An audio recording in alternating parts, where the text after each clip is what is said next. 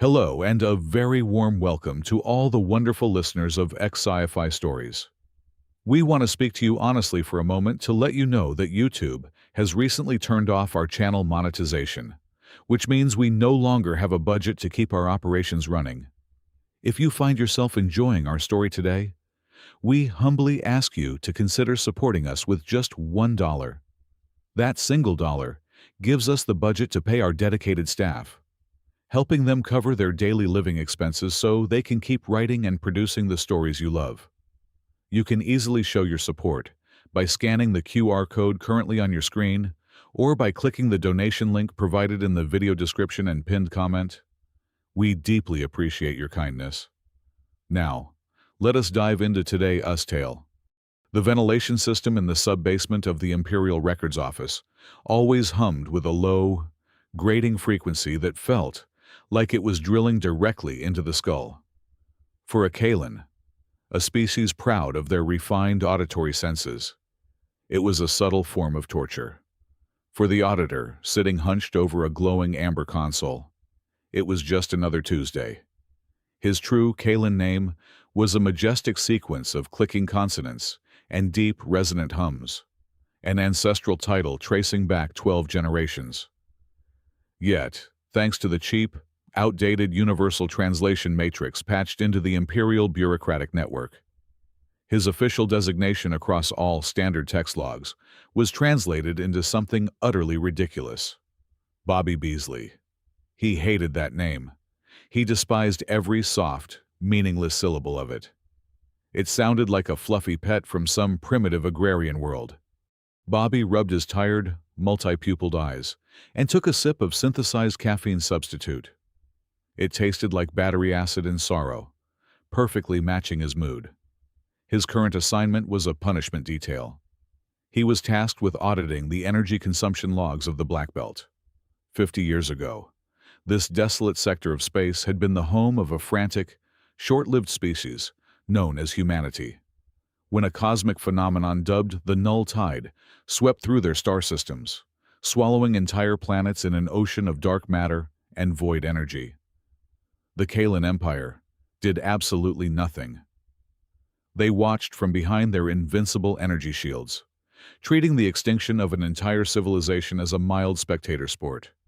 Now, the Black Belt was nothing but a graveyard of frozen debris and dead silence. But today, the data was screaming. Bobby leaned closer to the monitor, the amber text reflected in his dark eyes. The Empire maintained a vast network of deep space sensor buoys along the perimeter of the Black Belt, mostly to monitor gravitational anomalies. According to his screen, the buoys were going offline. At first glance, a lazy auditor would assume the harsh environment of the dead zone was simply breaking down old equipment.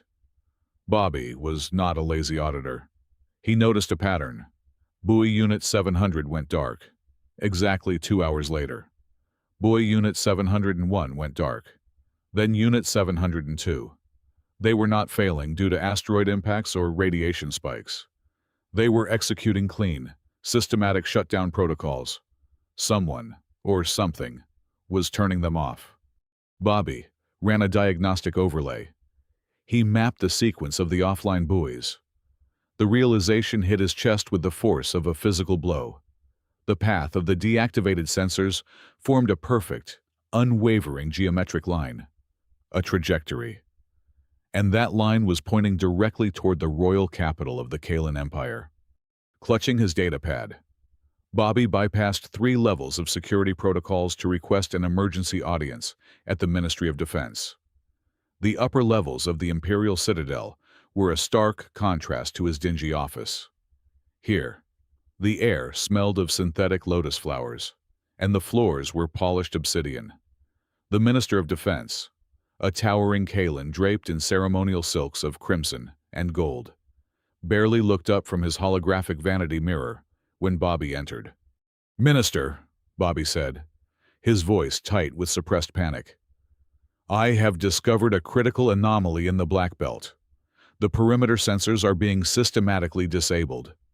The trajectory indicates an inward movement toward the core worlds." The minister sneered, his mandibles clicking in amusement. "Let me understand this. Auditor Beasley, you are attempting to interrupt the preparations for the 10,000-year Epoch Festival because some rusty garbage in a dead zone has finally stopped working. With all due respect, sir, they are not breaking down," Bobby insisted, stepping forward. "They are being bypassed. Something is moving through the territory of the extinct humans, and it is moving fast." The minister slammed a heavy hand onto his desk. "The humans are dust. The null tide wiped them from the galaxy 50 years ago. There is nothing out there but ghosts and floating rocks. The Empire has stood unchallenged for 10,000 years. We do not have rivals. We do not have threats. Return to your basement, Beasley, and do not waste my time with equipment glitches again. You are dismissed." Defeated and humiliated, Bobby returned to his small, cramped apartment late that evening. The neon rain of the capital city streaked down his solitary window, casting shifting, chaotic shadows across the floor. He could not let it go. The data was too precise. He sat down at his personal terminal, intending to slice back into the ministry network to run a secondary diagnostic on the disabled buoys. He bypassed the initial firewall and reached for his saved files. The folder was empty. Bobby frowned. He checked the archive. Empty. He checked the backup registry. Deleted. Someone had gone into the system and completely wiped his audit trail. His files, his logs, his mathematical proofs. All of it was gone. The government knew. The ministry knew exactly what was happening, and they were burying it to protect the illusion of absolute safety for the upcoming festival. Before Bobby could process the sheer scale of the cover-up, his terminal screen suddenly glitched. The Kalen operating system collapsed, replaced by a harsh, blinding black background. A singular string of characters began to scroll across the center of the screen. It was not Kalen syntax. It was not even a recognized galactic standard.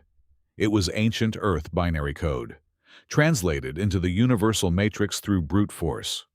The green text flashed, repeating the same phrase over and over in an endless, silent rhythm. "We are coming."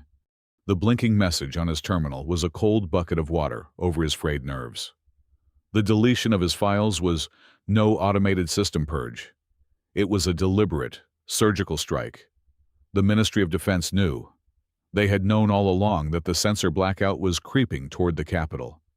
Yet, to preserve the flawless facade of the 10,000-year Epoch Festival, they were willing to silence anyone who stumbled upon the truth. Bobby felt the walls of his tiny apartment closing in. The air grew stale, heavy, with the phantom pressure of an unseen predator circling its prey. If the government was hiding the current sensor data, what else were they lying about regarding the extinct species? He needed the raw, unaltered history. He needed to hear the end of the human race. The core archive level was buried 2 miles beneath the Imperial Citadel, a subterranean vault designed to withstand orbital bombardment. Accessing it required a physical intrusion. Bobby spent 2 hours forging a senior archivist clearance token using a backdoor he had discovered during a routine audit 3 years prior.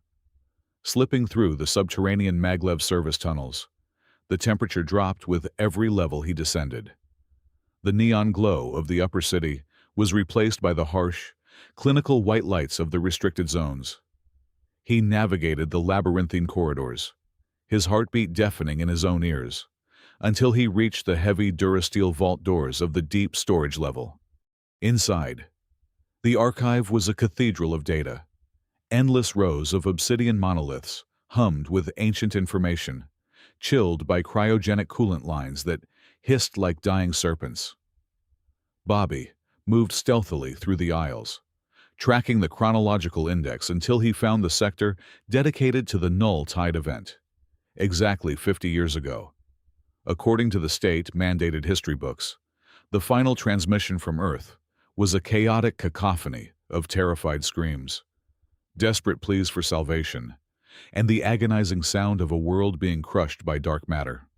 He located the physical memory drive, holding the unedited intercept. With trembling fingers, he plugged it into a localized terminal and slid a pair of isolation headphones over his auditory receptors. He braced himself for the horrific sounds of planetary death. Instead, there was only a low, rhythmic static. Then, a voice spoke. It was a human female, but the tone was entirely devoid of panic, despair, or even basic emotion. It was a chillingly flat, synthesized cadence. Sigma equals the integral of dark energy density over the localized manifold, multiplied by the inverse of the temporal distortion field. Bobby froze. The voice did not scream. It simply repeated a sequence of variables. Lambda shift parameter approaches infinity as mass converts to quantum probability. It was a quantum physics equation. A brutally complex, multi-dimensional theorem that defied the standard laws of Kalin thermodynamics. The voice cycled through the variables over and over, steady as a metronome, right up until the exact second the planet was supposedly annihilated. There was no fear in that transmission. There was only pure, unadulterated data. Why would a dying race broadcast an unsolved math problem into the void? Bobby routed the audio feed directly into the archive's localized supercomputer, programming the translation matrix to map the variables into a visual model. He needed to see what the equation represented. The cooling fans roared to life, fighting the immense heat generated by the processors as they chewed through the human mathematics. The progress bar crept forward. 10%, 40%, 80%. At 99%, the ambient temperature in the vault plummeted. Frost formed instantly on the console. Then, the supercomputer flatlined. It did not just crash.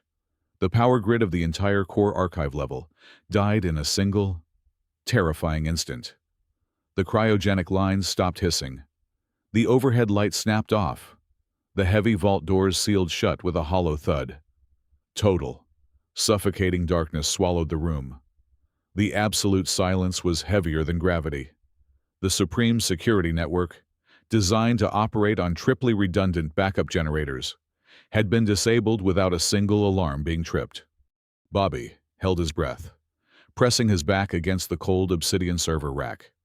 Through the pitch blackness, a faint, rhythmic clicking echoed on the metal floor grating. It was the sound of magnetic stealth boots, a shadow walker. The Royal Guard had sent an assassin. They had tracked his forged credentials and deployed their most lethal operative to erase him in the dark. Auditor Beasley, a synthetic voice purred from the shadows, amplified by a helmet speaker. You have trespassed into restricted Imperial memory. The penalty is immediate molecular unraveling. Do not move. It will only increase the pain. A faint, crimson laser sight cut through the gloom, painting a dot directly on his chest. The assassin was a ghost in the dark, clad in advanced optical camouflage armor that bent light and absorbed sound. Bobby squeezed his eyes shut, bracing for the burning impact of a plasma round. He was just an accountant. He had no weapons, no training, no way out. But the plasma round never fired. The supercomputer terminal beside Bobby suddenly flared back to life. Not with Imperial code, but with a blinding, ethereal blue light. The human equation had finished rendering. It was not a blueprint. It was a frequency. A silent, invisible electromagnetic pulse erupted from the terminal. It washed over the room like a phantom tidal wave. When the wave hit Bobby, he felt nothing but a strange tingling in his teeth. When the wave hit the assassin, the results were catastrophic. The advanced camouflage armor, the pride of the Kalin military engine, simply ceased to exist. There was no explosion, no melting slag. The molecular bonds of the metal and synthetic fibers were rewritten by the pulse, turning the million-credit combat suit into a cloud of fine, gray ash that collapsed onto the floor. The assassin, suddenly stripped completely naked in the freezing vault, gasped in shock, dropping a weapon that was also rapidly disintegrating into dust. The pulse had neutralized the threat without harming a single organic cell of the attacker. Bobby stared at the shivering, helpless elite killer. The chilling truth locked into place inside his mind. The humans did not scream because they were not dying. The null tide was not a natural disaster that destroyed them. The equation was a key. They had harnessed the dark matter. They had deliberately let their world be swallowed to shed their physical limitations. Humanity did not die in the dark 50 years ago. They had evolved into a nightmare that the Empire could not even begin to comprehend. And now, they were knocking on the front door. Bobby turned and bolted into the shadows of the service tunnel, leaving the frozen archive behind. The Infinity Palace hung suspended in the upper stratosphere of the capital world, a titanic construct of white gold and transparent star glass that defied the very laws of gravity. It was a masterpiece of cosmic engineering, designed solely to intimidate. Today, the day of the 10,000-year Epoch Festival, it was a sensory explosion of unimaginable luxury. Tens of thousands of representatives from every vassal civilization across the galactic spiral had been summoned to witness the glory of the Empire. Ambassadors from the Silicon Wastes marched in polished chrome armor, while the aquatic dignitaries of the sapphire moons floated gracefully in anti-gravity water spheres. The vast central hall was saturated with the intoxicating fragrance of crushed nebula blossoms, and a grand choir of 3,000 synchronized voices filled the air with a deafening, majestic symphony. Banners of spun starlight draped from vaulted ceilings that stretched miles overhead, illuminating a society drowning in its own unchallenged supremacy. High above this dazzling display of arrogance, hidden within the cramped, grease-stained maintenance conduits just beneath the dome ceiling, crawled Bobby Beasley. His mid-level auditor credentials had barely gotten him past the outer security checkpoints, but amidst the chaotic preparations, the royal guards had ignored the insignificant accountant clutching a heavy diagnostic toolbox. Inside that box lay a bulky, archaic piece of hardware. It was an ancient human radio broadcaster he had salvaged from a black market smuggler years ago. The device was laughably primitive, covered in physical dials and analog switches. But Bobby worked frantically in the dark to splice its copper wires into the glowing fiber optic network of the palace public address system. His hands shook violently. He had seen the truth in the subterranean archives. He knew the extinct species had transformed into an incomprehensible force, and he needed to override the central communication array to scream a warning to the galaxy before the slaughter began. Down below, the music swelled to a triumphant crescendo as Emperor Kalen ascended the steps to the Sun Throne. The ruler wore a magnificent mantle woven from the captured plasma of dying stars, a garment so radiant it was almost blinding to look at directly. He raised a hand, and the immense hall instantly fell into a breathless, awe-struck silence. Vassals, kings, and loyal subjects. The Emperor spoke, his voice booming through the crystal amplifiers, vibrating deep within the chest of every being present. Behold the dawn of our 10,000th year. Look around you. Look at the pinnacle of creation. 50 years ago, a lesser race on the fringes of our borders was swallowed by the dark because they were weak. We are not weak. We are the ultimate masters of the physical universe. The Emperor turned and extended his arms dramatically toward the massive, transparent dome that looked out into the cosmos. Beyond the glass, enveloping the entire planet, shimmered the ether shield. It was a solid barrier of golden energy, a planetary defense matrix of such staggering power that it could easily withstand the furious ignition of a supernova.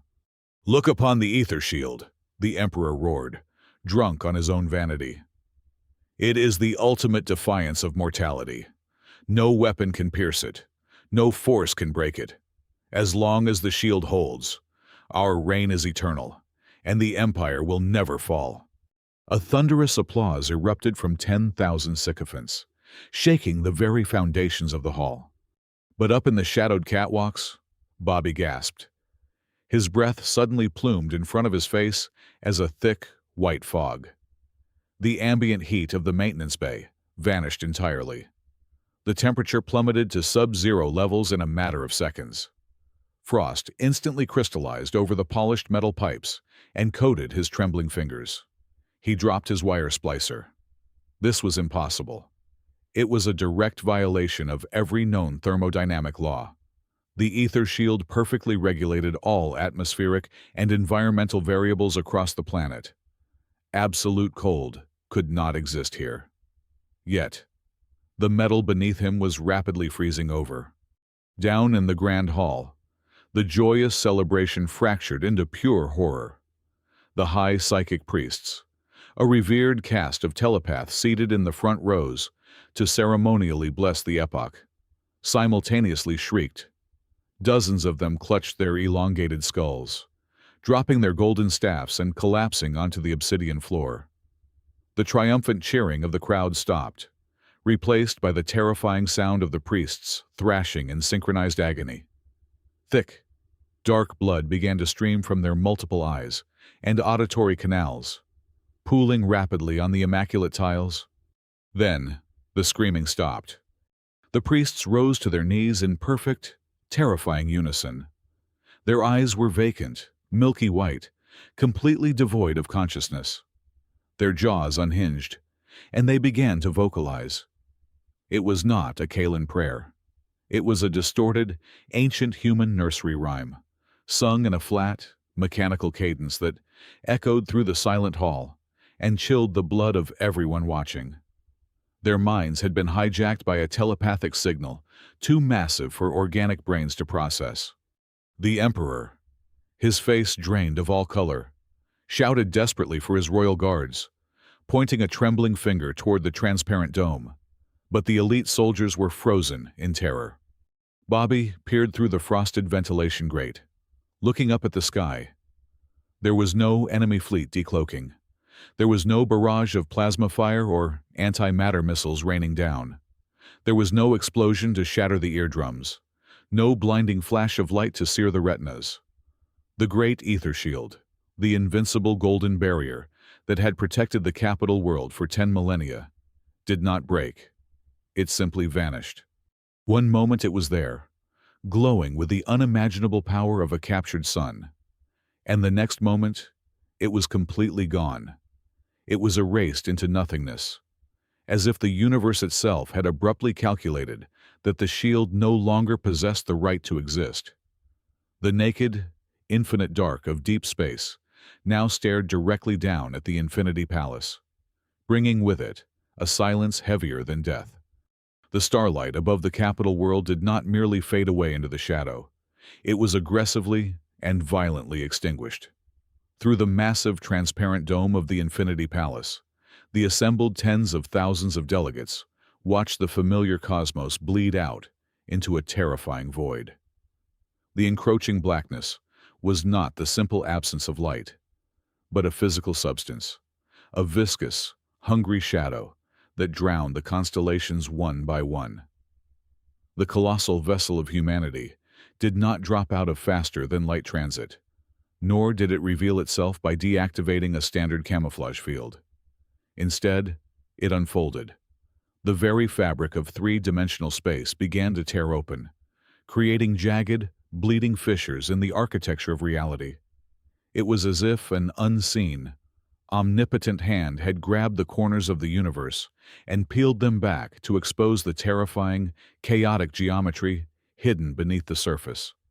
Colors that defied all optical categorization leaked through these spatial lacerations, nauseating shades of higher dimensional radiation that forced the alien onlookers to avert their multiple eyes or risk immediate cerebral hemorrhaging. From this bleeding cosmic wound, the human dreadnought birthed itself into real space. It possessed no visible thrusters, no weapon batteries, no communication arrays, and no bridge viewing ports. It was an impossibly colossal geometric monolith, a perfectly sharp, matte black polyhedron that absorbed absolutely all ambient radiation. It looked far less like a constructed vessel and entirely more like a physical manifestation of a terrifying mathematical absolute. The exotic material composing its seemingly infinite hull was a hybrid amalgamation of highly condensed dark matter and the swirling, primordial remnants of the null tide disaster itself. The humans had not just survived the apocalypse, they had weaponized the very phenomenon that was supposed to serve as their grave. The sheer, unfathomable mass of the structure immediately began to warp the local gravitational constant of the entire solar system. Inside the grand hall of the palace, the artificial gravity compensators shrieked a high-pitched metallic whine as they were instantly pushed 300% beyond their maximum theoretical limits. Beyond the fragile atmosphere of the planet, the delicate orbital mechanics of the entire system suffered a catastrophic breakdown. The capital world possessed 3 pale moons in a perfectly balanced orbit. Within 60 seconds of the black monolith arriving, the tidal forces generated by the ship gripped those moons in a vice of gravity, violently dragging their trajectories out of alignment. Tectonic warning sirens began to blare across the planetary grid as continental fault lines groaned and fractured under the sudden, agonizing shift in orbital stress. The human ship was not simply occupying the space above the capital. It was actively crushing it. Deep within the planetary crust, miles below the frozen city streets, the automated, decentralized defense nexus of the Empire reacted blindly to the unparalleled incursion. Unburdened by the shock and pure panic paralyzing the biological commanders in the palace, the tactical supercomputers initiated the ultimate planetary retaliation protocol. Thousands of hidden reinforced missile silos broke through the surface of the planet, launching a terrifying swarm of singularity warheads. These devices represented the absolute pinnacle of Kalan destructive engineering. Upon detonation, each individual warhead was designed to instantly compress its exotic payload into a temporary, microscopic black hole, violently consuming any atomic matter within a radius of 50 miles. A massive barrage of exactly 4,000 warheads streaked upward through the freezing vacuum of space, leaving bright, blinding trails of burning ionized gas. They slammed directly into the sheer, dark matter hull of the human monolith. Down below, the Emperor and his terrified court watched through the dome, holding their collective breath, waiting for the devastating gravitational implosions to tear the alien vessel into subatomic ribbons. The dreadnought did not deploy any kinetic countermeasures. It did not raise a deflector shield. It took no evasive maneuvers. It simply allowed the 4,000 microscopic black holes to detonate point-blank against its armor. What followed was a display of technological supremacy so absolute, so fundamentally impossible, that it shattered the minds of the veteran military tacticians present in the room. The singularities did not consume a single molecule of the hull. Instead, the matte black geometry rippled fluidly, like a dark, deep ocean.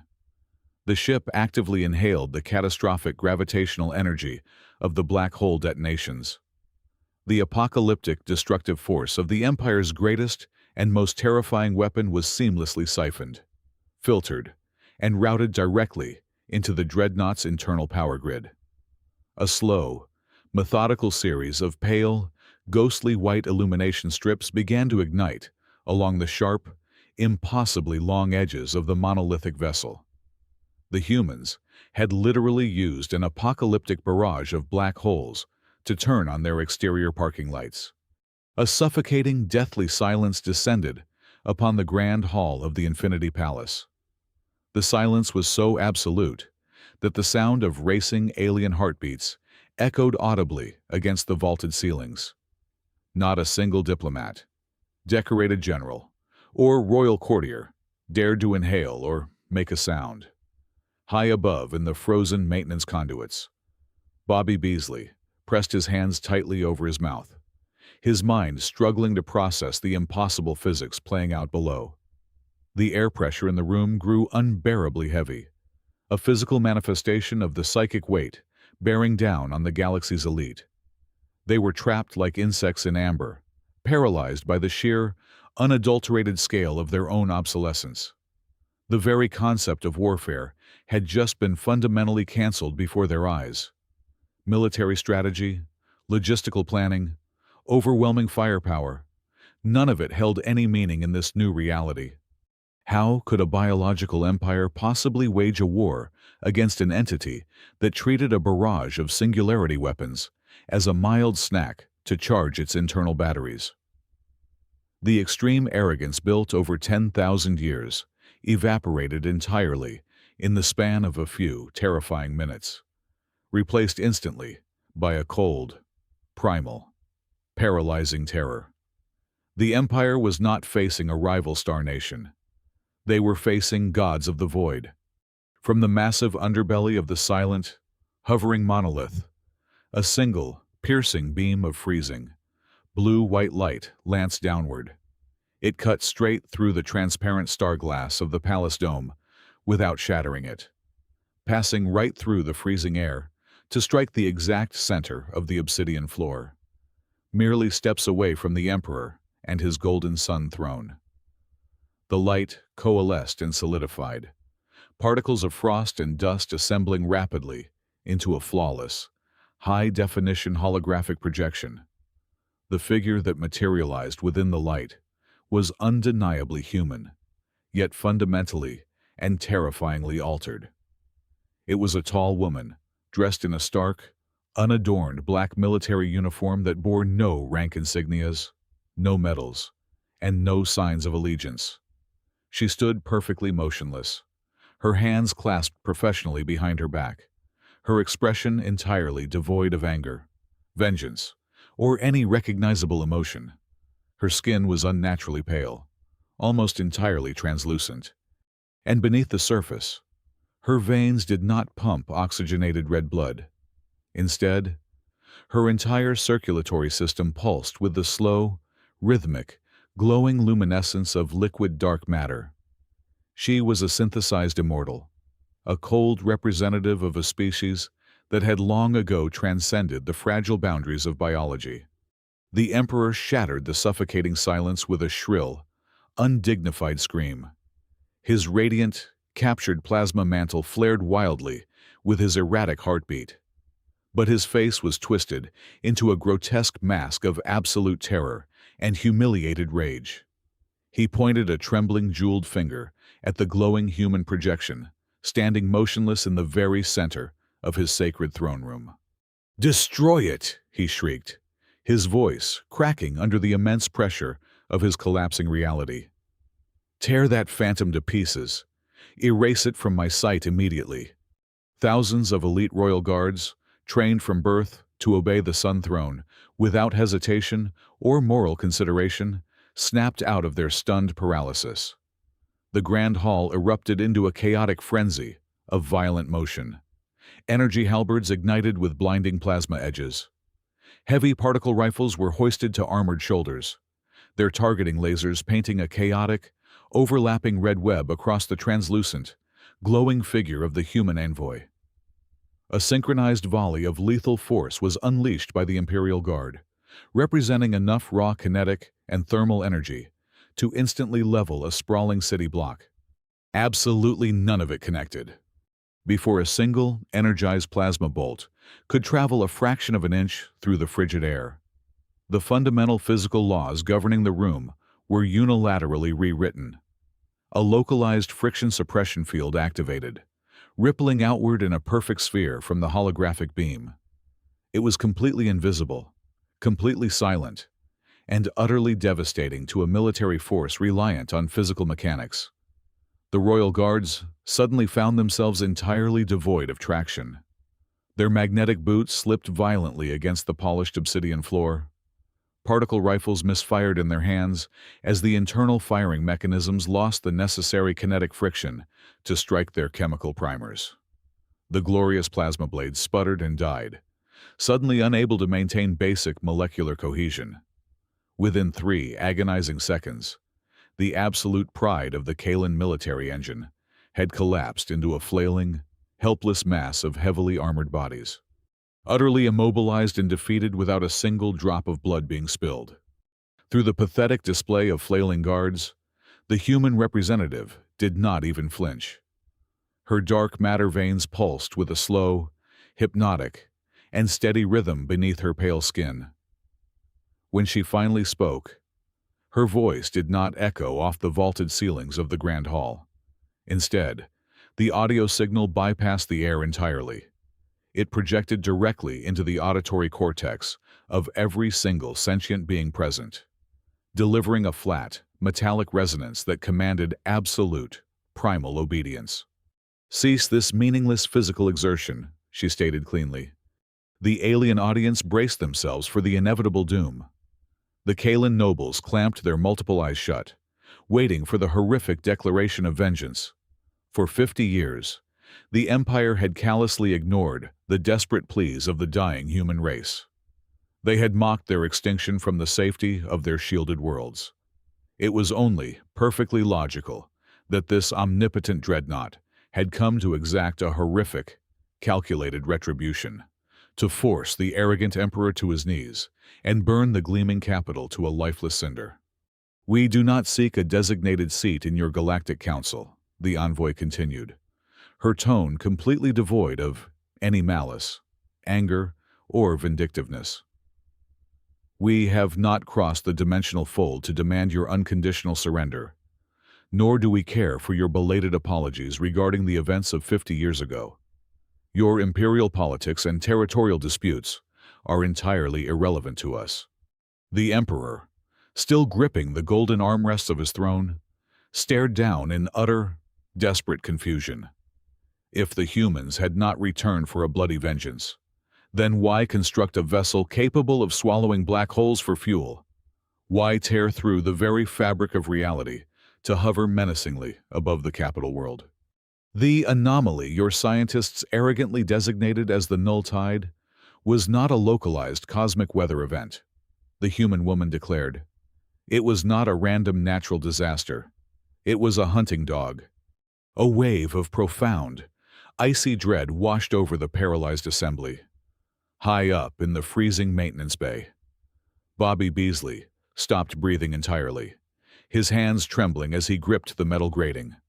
The dark matter wave that consumed our home sector was merely the vanguard, a mindless scouting force deployed by an ancient, multi-galactic predatory entity, she explained, her voice as chilling and infinite as deep space. They sweep through the universe like a scythe, harvesting entire star clusters for raw, biological, and energetic mass to sustain their unnatural existence. When the vanguard wave hit our home world, our quantum computers realized that conventional resistance was mathematically impossible.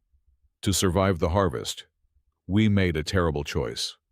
We deliberately sacrificed our fragile biological forms. We digitized our collective consciousness and merged our essence with the very dark matter weapon that was sent to dissolve us. We learned to pilot the poison. We forged this mighty fleet from the broken teeth of the cosmic beast. She paused for just a moment, allowing the crushing weight of her words to settle heavily over the terrified Kalan elite. The mighty, invincible Kalan Empire suddenly felt as small and fragile as a glass ornament teetering blindly on the edge of a bottomless cliff. "And the reason we have revealed ourselves to you today," the envoy said, her glowing, translucent eyes locking directly onto the trembling form of the Emperor, "is because the Vanguard has finally completed its survey of your sector. The main harvesting fleet of the cosmic predator is rapidly approaching the solar system. They will breach real space in exactly 15 minutes. The Emperor gasped, his grand cosmic mantle suddenly feeling like a suffocating burial shroud. 15 minutes, he whispered weakly, the reality of the ticking timeline completely shattering his sanity. "Our fleets, the planetary defense grids, we must mobilize immediately. Your weapons are infantile toys against what is coming to feed on you," the human interrupted sharply, dismissing the entire 10,000-year military history of the Kalan race with a single, brutal sentence. "Your golden planetary shields are wet paper. Your mighty armadas will be consumed whole before they can fire a single meaningful shot. The humanoid hologram raised a pale hand, gesturing deliberately toward the pitch-black, monolithic dreadnought hovering silently above the shattered sky. "This ship is not a machine of war," the human representative said, her voice flattening into a tone of pure, undeniable, and heavy authority. "It is a lifeboat. Order your entire population to evacuate onto our vessel right now, or remain here in your palace and perish together. The clock is ticking." The Emperor's face contorted into a mask of pure, unadulterated madness. 10,000 years of unchallenged supremacy had bred an arrogance so deep that it completely blinded him to the reality of his own demise. He looked at the glowing human projection, then up at the impossibly massive dark matter hull hanging above his world, and he sneered. "Lies," the Emperor hissed, his voice echoing through the silent hall. "This is nothing but an elaborate psychological illusion. You are a dead race playing parlor tricks with stolen technology. You want me to abandon my throne, to hand over the capital world without firing a single shot. I will never bow to ghosts." With a frantic, desperate motion, the Emperor smashed his fist against a hidden panel on the golden armrest of the Sun Throne. A holographic interface flared to life, glowing with the ominous crimson hue of the ultimate Imperial contingency. The core detonation protocol. If he could not rule the capital, he would shatter the planet into a billion burning fragments, taking the arrogant human dreadnought to the grave with him. High above in the freezing maintenance catwalks, Bobby Beasley watched the crimson light reflect in his multi-pupiled eyes. He saw the planetary self-destruct sequence initiating on the main screens below. The Emperor was actually going to kill them all just to protect his shattered ego. Bobby realized that the time for being a low-level auditor was over. He was about to commit the highest form of treason in the history of the Kalan Empire. With violently trembling fingers, Bobby pulled out his diagnostic datapad and hardwired it directly into the palace central nervous system. He did not use Imperial bypass codes. He used the human math. He typed out the exact quantum equation he had discovered in the subterranean archives. The very same formula that had neutralized the royal assassin. The mathematical sequence was a universal skeleton key, a language of reality that the Kalan computers could not fight. The moment Bobby executed the command, the crimson glow on the Emperor's throne flickered and died. The detonation sequence was locked down permanently. Down below, the Emperor slammed his fists furiously against the dead console, screaming for his technicians. But his voice was suddenly drowned out by a sound that defied all logic. It was a wet, tearing noise that echoed not in the air, but inside the minds of everyone present. Space itself ruptured. The 15 minutes were up. The cosmic predators had arrived. Beyond the shattered dome, the void of space was instantly replaced by an undulating, organic nightmare. They were not ships of metal and fire. They were colossal, twisting leviathans of rotting cosmic flesh and hungry maws. Beasts the size of small continents that swam through the vacuum. They blotted out whatever starlight remained, casting a suffocating, putrid shadow over the world. The sheer psychic weight of their hunger crashed into the Infinity Palace. Tens of thousands of delegates, guards, and nobles collapsed simultaneously, screaming in absolute, mind-shattering terror as the end of the galaxy stared down at them. Then, the silent human dreadnought finally made its move. It did not unleash a barrage of plasma. It did not fire kinetic projectiles. The monolith simply hummed, a deep, resonant vibration that shook the atoms of the capital world. From the sharp edges of the black geometric hull, a massive invisible wave of chronal distortion was released. It washed outward, an expanding bubble of absolute chronological zero. When the wave struck the vanguard of the predatory leviathans, they did not explode. They simply stopped. The twisting tentacles of cosmic flesh, the gaping maws filled with dark energy, the terrifying momentum of their advance. All of it was frozen instantly. The human weapon was not designed to destroy matter. It was designed to break time. The entire multi-galactic fleet of cosmic horrors was perfectly encased in a permanent stasis bubble of frozen space-time. They were trapped in a single, infinite microsecond forever, transformed instantly from an apocalyptic threat into a grotesque, silent museum suspended in the void.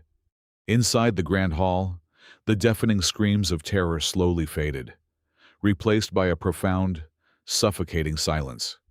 It was no longer the silence of impending death, nor the silence of paralyzed fear. It was the absolute quiet of complete, humiliating salvation. The universe had just been ended and saved in the span of a single heartbeat, and the mighty Kalan Empire had contributed absolutely nothing to its own survival. The Emperor fell to his knees. The captured plasma mantle slipped from his shoulders, pooling uselessly on the obsidian floor. His hands shook violently as he reached up, removed the heavy golden crown of the epoch, and let it clatter against the tiles. He did not look at his guards. He did not look at his subjects. He bowed his head toward the glowing human projection, silently surrendering the fate of his entire civilization to the very people he had once condemned to death. Hours later, the grand evacuation began. Massive dark matter ramps descended from the human monolith, welcoming the terrified, humbled masses of the Kalan capital. Bobby Beasley walked among them, clutching his small auditor datapad to his chest. As he stepped onto the cold, matte black surface of the human lifeboat, he stopped and turned around. He looked back down at the Infinity Palace, at the empty, meaningless golden throne sitting in the shadow of the frozen cosmic leviathans. Bobby opened his datapad and began to type his final official audit. He realized a profound, terrifying truth. The most terrifying weapon of humanity was not their hyper-advanced dark matter technology. It was not their ability to casually freeze time or swallow black holes. Their ultimate weapon was their ruthless, devastating altruism. It was their incomprehensible capacity to forgive, to cross the universe just to protect the exact same beings who had arrogantly left them to die in the dark. They did not conquer the Kalan Empire with fire and blood. They conquered it with absolute mercy, proving to the entire galaxy what the true, undeniable power of real gods looked like. Thank you so much to everyone who has stayed with us until the very end of this journey. We would love to know where you are listening from today, so please leave a comment and say hello. As we mentioned earlier, our channel is currently operating without any monetization from YouTube. If you felt moved by today's story and want to help us keep creating, please consider supporting our team with just $1. You can scan the QR code right here on the screen, or click the donation link in the description and pinned comment below. That single dollar goes directly to paying our writers and editors, helping them feed their families and keep this channel alive for all of you. From the bottom of our hearts, thank you for your incredible kindness, and we will see you in the next story.